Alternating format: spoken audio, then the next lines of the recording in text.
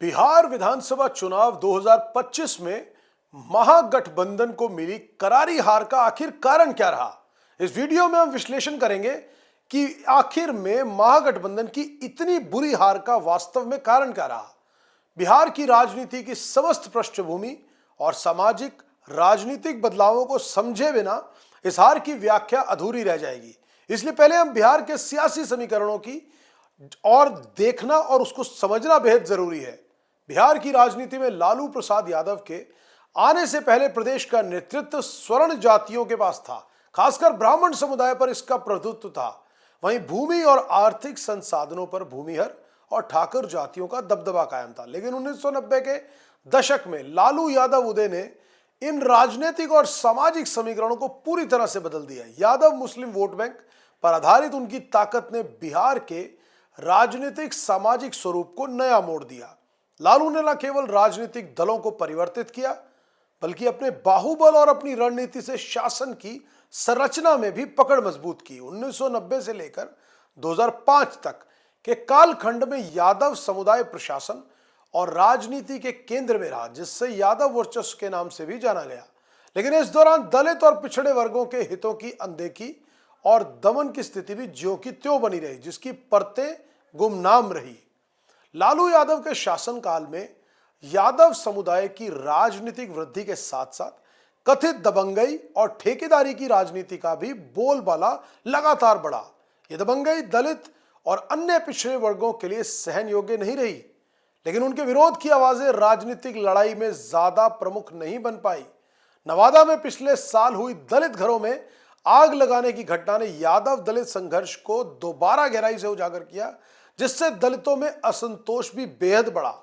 तब तेजस्वी यादव ने इस विवाद में अपराधियों की बजाय नीतीश सरकार पर निशाना साधा था, तो दलित समुदाय में भी यह संदेश गया कि यादव वर्चस्व की आलोचना करने में संकोच कर रहे हैं। यह सोच विपक्ष में रहते हुए भी तेजस्वी की राजनीतिक छवि को नुकसान पहुंचा सकती थी, खासकर दलित वोट बैंक के नजरिए से। लालू यादव के जेल जाने और बीमारी के बाद तेजस्वी के सामने यह मौका था कि वह यादव मुस्लिम वोट बैंक को मजबूत करते हुए सामाजिक समरसता के नए आयाम स्थापित करें। लेकिन उनकी रणनीति ज्यादातर यादव और मुस्लिम समाज तक ही सीमित दिखी। आरजेडी ने 2025 के विधानसभा चुनाव में 143 उम्मीदवारों में से करीब 51 यादव और 19 मुस्लिम उम्मीदवार दिया, जबकि अति पिछड़ा वर्ग को साधने के लिए मुकेश साहनी जैसे सहयोगी को डिप्टी सीएम का चेहरा बनाया। लेकिन मुकेश साहनी की पार्टी का एक भी प्रत्याशी जीत नहीं पाए। यह साफ संकेत था कि दलित और बहुजातीय संतुलन बनाना जरूरी था, पर तेजस्वी ने इसका अनदेखा किया। सीमांचल क्षेत्र को छोड़कर अन्य इलाकों में मुसलमानों ने आरजेडी को वोट दिया, लेकिन दलित एवं अति पिछड़ा से आरजेडी का मोह भंग हो गया, जो स्पष्ट दिखा। 38 सुरक्षित सीटों में से आरजेडी को सिर्फ 4 पर सफलता मिली, जबकि बीजेपी और जेडीयू ने बेहतर प्रदर्शन किया।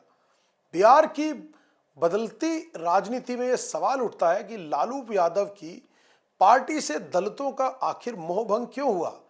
जवाब बिहार के सामाजिक ताने बाने में छुपा है। आज का चुनाव इस बात का आईना था कि शोषण किसके द्वारा हो रहा है और शोषित कौन है। लालू के दौर में हुई दबंगई का शिकार दलित और पिछड़ा वर्ग हुआ, इसलिए वे यादव गौरव के नाम से डरते भी नजर आए। तेजस्वी यादव के साथ कट्टा रंगदारी और हथियारों के कथित जुड़े होने के गाने वायरल हुए, जिसने अंगड़ों से ज्यादा दलितों को डराया। अंगड़ों ने अपने सम्मान के लिए अलग अलग रणनीति अपनाई, कुछ गोलबंदी के साथ मुकाबला करने लगे तो कुछ ने चुप्पी साध ली। लेकिन दलित और एक तरफा पिछड़ाओं के पास विकल्प कम थे। नीतीश कुमार ने कुर्सी, गैर यादव ओबीसी और दलित को मिलाकर एक मजबूत चुनावी आधार तैयार किया, जिसने आरजेडी की जमीन को पूरी तरह से खिसका दिया। तेजस्वी यादव की राजनीति में दलित और अंगड़ी जातियों के लिए सशक्त पकड़ बनाने का प्रयास भी कहीं नहीं दिखा। उन्होंने जातिगत ध्रुवीकरण के भरोसे पूरा अपना खेल रचा और अगड़े वोट भाजपा को देंगे और दलित पिछड़े आरजेडी को। राहुल गांधी ने इस सोच को मजबूत किया, लेकिन उनकी स्वर्ण विरोधी बातों ने तेजस्वी की व्यापक स्वीकार्यता पर असर डाला। बिहार में अगर तेजस्वी ब्राह्मणों और गैर यादव ओबीसी के साथ एक नया अस्तित्व बनाते तो उन्हें पुराने जंगल राज का टैग हटाने में शायद मदद मिलती और व्यापक जनाधार भी मिल सकता था। उत्तर प्रदेश की मायावती ने 2007 के चुनाव में ऐसे सामाजिक गठजोड़ का उदाहरण प्रस्तुत किया जिसमें दलित कोर वोट के साथ गैर यादव ओबीसी और ब्राह्मण को साथ लेकर राजनीति की सफलता हासिल की। ब्राह्मण दलित भाईचारा अभियान ने बीएसपी को बहुमत दिलाया और यह मॉडल भारतीय राजनीति का एक प्रभावशाली उदाहरण बना। तेजस्वी के पास बिहार में इसी तरह के एक समग्र सामाजिक गठजोड़ की संभावनाएं थी, जहां यादव वर्चस्व से पीड़ित जातियों के साथ लेकर नई पहचान बनाने का अवसर भी था, परंतु उन्होंने इस अवसर को गवा दिया। 2025 के चुनाव ने स्पष्ट कर दिया कि बिहार की राजनीति अब एक जाति, एक समुदाय की राजनीति से आगे बढ़ चुकी है। सफल राजनीति वही है जो सामाजिक समूहों को सम्मानजनक प्रतिनिधित्व और राजनीति में हिस्सा देने की क्षमता रखती हो। तेजस्वी यादव और आरजेडी को अपनी रणनीति में अधिक समावेशी दृष्टिकोण अपनाना होगा। नीतीश कुमार ने दलित, कुर्मी, गैर यादव, ओबीसी सहित विभिन्न समूहों को साथ लेकर अपनी सामाजिक राजनीति को मजबूत किया, जिससे उन्हें चुनावी लाभ भी हुआ। बिहार का भविष्य ऐसे राजनीतिक ताकतों के साथ जुड़ा है जो समूहों के बीच आपसी सम्मान और साझा विकास के लिए काम करें।